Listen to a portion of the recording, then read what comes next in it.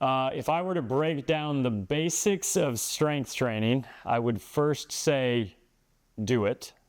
And I would say do it no less than 2 times weekly, preferably 3 times weekly.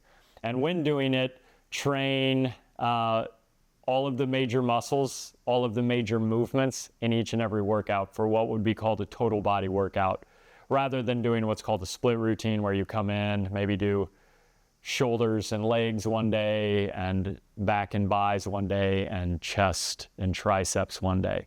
Rather work the entire body, working through, again, a series of movements that train, yes, all the major muscles, but all the major movement patterns that you go in throughout the day, that being the hinge, the squat, the lunge, the push, pull, and carry.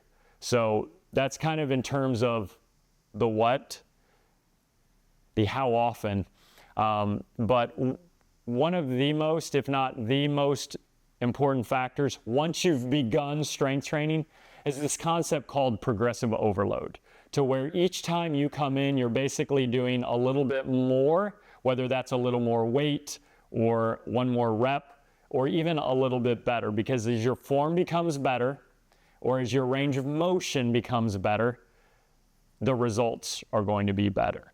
So if you're one that's been going to the gym consistently, first of all, fist bump, kudos to you. But if you've been lifting the same weight for the same number of reps for several weeks, I encourage you, increase the reps and or increase the weight, because your body's going to be accustomed and adjusted to what it's doing, and it's not going to be forced to adapt.